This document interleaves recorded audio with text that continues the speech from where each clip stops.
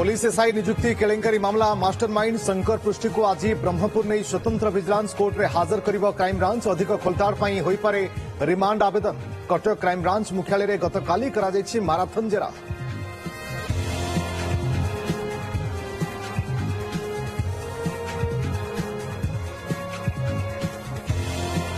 दिगपंदी में बड़ घटना पंचुक घोड़ाहाड़ नदी में बुड़ पकाउथबा बेले भासीगले दुई महिला खोजाखोजी पर उद्धार कले अग्निशम बाहिनी मेडिकल रे मृत घोषणा कले डाक्तर स्थानीय अंचल में शोक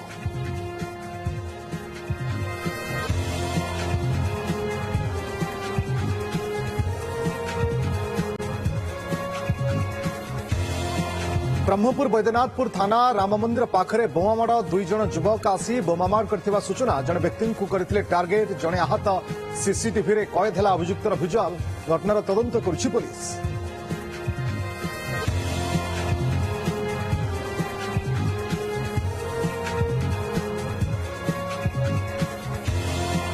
घर भितर महिला रक्ताक्त मृतदेह नयागढ़ गणिया थाना अंचल में विभत्स हत्याकांड घरे कहीं नथिबा बेले महिला हत्या मृतदेह जबत करी पुलिस तदंत गांव जड़े युवकों को उठाई नेला पुलिस।